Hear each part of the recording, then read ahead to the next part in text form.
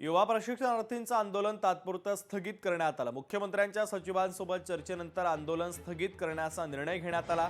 आम्हाला रोजगार मिळाला नाही असं युवा प्रशिक्षणार्थींनी म्हटलेलं आहे।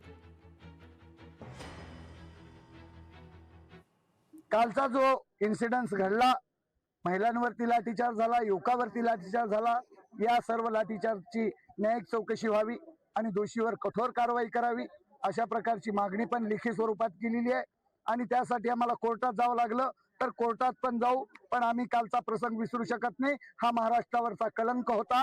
महाराष्ट्र राज्यामध्ये संतांच्या भूमीमध्ये असे प्रकार होता कामा नये, हे याची दक्षता सरकारनं घ्यायला पाहिजे।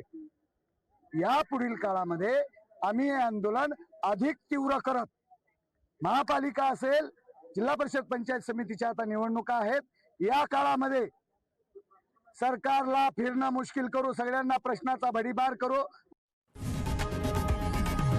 लोकशाही मराठी ऐका, पहा, जागरूक रहा।